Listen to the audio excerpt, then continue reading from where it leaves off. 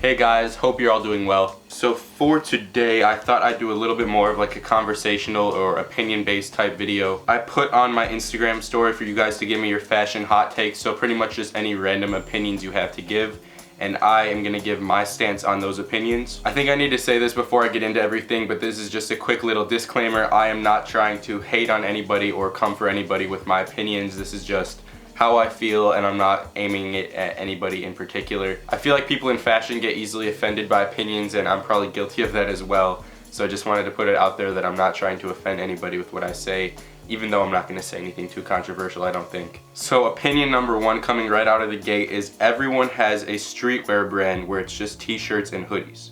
This is definitely true in a way. I can't tell you how many times I've seen the same font and graphic recycled on so many different t-shirts without any like substance or concept. I feel like a lot of them are just quick cash grabs, and there is definitely a place for it, but they don't have longevity, and that place should be outside of the fashion world in my opinion. I have bought stuff like that, and there are a few actual up and coming streetwear brands that I'm a fan of, but for the vast majority, like I said, I just think it's usually a cash grab and there's no substance or value to it.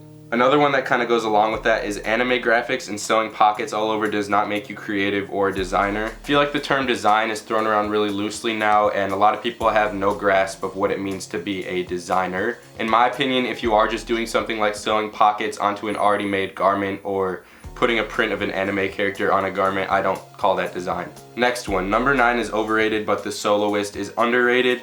Definitely number 9 has maybe a few good collections, if even that. And I think ever since the brand was sold, it's just become another cash grab. They just keep reprinting old designs on like lower quality garments. A few months back, I did want to try out a number 9 piece, so I picked up a School of Visual Comedy sweater, and it just didn't end up working out for me. I sold it after wearing it one time because the fit was just super weird. Japanese sizing doesn't usually work for me. But I definitely think number 9 is becoming tired, and I think the reason it's hyped is because a lot of rappers are wearing it. And you definitely see that in a lot of their audience and the people who wear it. I definitely think the route Takahiro is taking with the soloist deserves a lot more recognition than number 9 right now. Even though stuff from the soloist isn't necessarily something I would wear on a day-to-day basis, I definitely think it deserves a lot more recognition than number 9. Next one is thoughts on archive starting to get hype in the mainstream. This is another thing that's so overplayed and annoying to me. Cannot stress enough how annoying it is to see the Travis Scott Fortnite thing on every single archive page. I've started to unfollow a lot of them just because a lot of this stuff is pointless. From a fashion standpoint, I feel like it's a thing a lot of people do when they're first starting to get into it, and it educates them for sure, I think, in a way, which is not necessarily a bad thing. It kind of sucks because seeing the same pieces cycled over and over again on all the different archive pages kind of makes some people look at the pieces differently. It definitely gives archival fashion kind of a bad reputation when a lot of it is still great, and it shouldn't really diminish the value of it just because an archive page posts it over and over again. I have quite a few opinions about Chrome Hearts, whether it's overhyped or it's goth supreme. People have been coming at Chrome Hearts pretty hard. The only Chrome Hearts thing I have are my earrings, which were definitely overpriced. I paid like $200 just for some 925 silver studs, and I still think that was way under the retail price. I do think a lot of the jewelry is nice, but still just overhyped. I mean, the retail price of their jewelry is just ridiculous for silver. From a clothes standpoint, I don't know if I'd call it the goth supreme necessarily, but it is one of those brands that's just building hype because of rappers wearing it and stuff. And one of the first things a lot of people get when getting into fashion is just that zip up Chrome Hearts hoodie with a logo right here and on the back, because you know you gotta have huge ass logos to be cool. Yeah, I definitely think that's becoming sort of a status type brand, kind of like Supreme, I guess, where you just want the logo and want to fit in with it. This is kind of just something I want to say. I'm kind of going off on a tangent, but I think if you stop buying something because it becomes overhyped, that's almost just as bad as buying something only because it's hyped. You should buy stuff that you genuinely like and don't let the fact that other people like it affect your liking of it. If you think you agree or like the aesthetic, don't let the fact that other people are hyping it up change the fact that you enjoy the brand. Next opinion, making fun of people who wear hyped clothes doesn't make your fashion any better. So I definitely think it's fun to poke fun at any genre of fashion, whether it's hype stuff or not.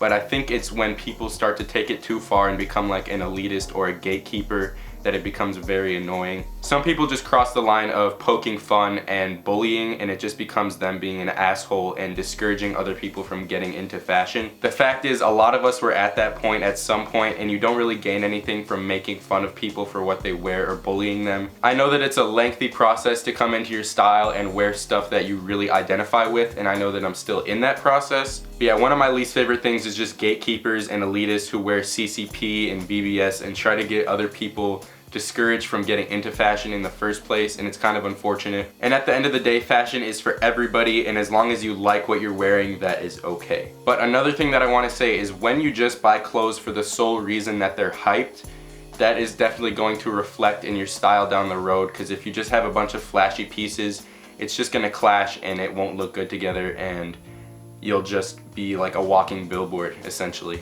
But wear what you're comfortable in, wear what you like, wear what you think you identify with at the time. I know that can change. That changes a lot for me, but just wear what you want to wear. Mainline Rick versus dark shadow. I think there is nothing wrong with dark shadow. There's definitely a negative connotation that comes with diffusion lines that I don't fully agree with. I think it's a great way to kind of get your feet wet with the brand. The good quality is still there, the silhouettes are still usually there, and the overall aesthetic is preserved. But for some reason the fashion community puts a bad label on diffusion lines, and especially dark shadow, which I don't agree with. Okay, so I have a few left. Hypebeastery doesn't exclude avant-garde brands like Rick. It's a thrive, I think he meant strive, for acceptance by others. I think the word hypebeast can apply to any genre of fashion. Like I said, it's really just the motive of why you're buying and wearing the clothes. I think as a result of the bullying of hypebeasts, their motives don't necessarily change, but the stuff that they're wearing does change, and they just kind of move to a different lane of fashion. I think it's becoming harder and harder to tell what's genuine when it comes to brands like that. I know the Ramones and the Geobaskets are obviously becoming super overhyped, but that doesn't mean they're not still good in my opinion. But yeah, that's a good point. I definitely think there are a lot of people who buy avant-garde clothes or any clothes just to be accepted by the fashion community, which I think is pretty unfortunate. Last but not least, this is a topic that has been kind of trending lately, and it's minimal LA copying designs. I think this is one of the worst things going on in fashion right now, is just brands blatantly ripping off designs from other designers. I'm trying to find them on Instagram right now, and I think I might actually be blocked. That's pretty funny, because I was commenting some pretty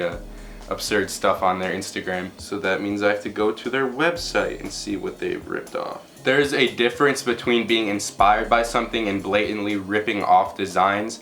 It just totally throws out the original designer's creativity so much and discredits them, and it's really just disrespectful in my opinion. And the way people try to justify it is they say they're still supporting the original designer by wearing the aesthetic, which I just think is complete and utter bullshit. Just straight up stolen the Creech cargos. I have a picture of it right here. They have stolen the Chrome Hearts jeans, a Capital sweater, 99% pants.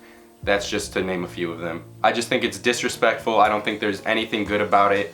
And people are really out here wearing Creech cargos without even knowing it, which I think is kind of funny. So those were just a few of my fashion hot takes and opinions. Thank you so much to everybody who submitted yours. We definitely had some good ones, and I think we had a pretty good conversation today, so thank you guys so much for tuning in. I hope you guys are all staying safe and healthy as always. I hope you're making quarantine just as great as it can possibly be. I love you all. I'll see you in the next one.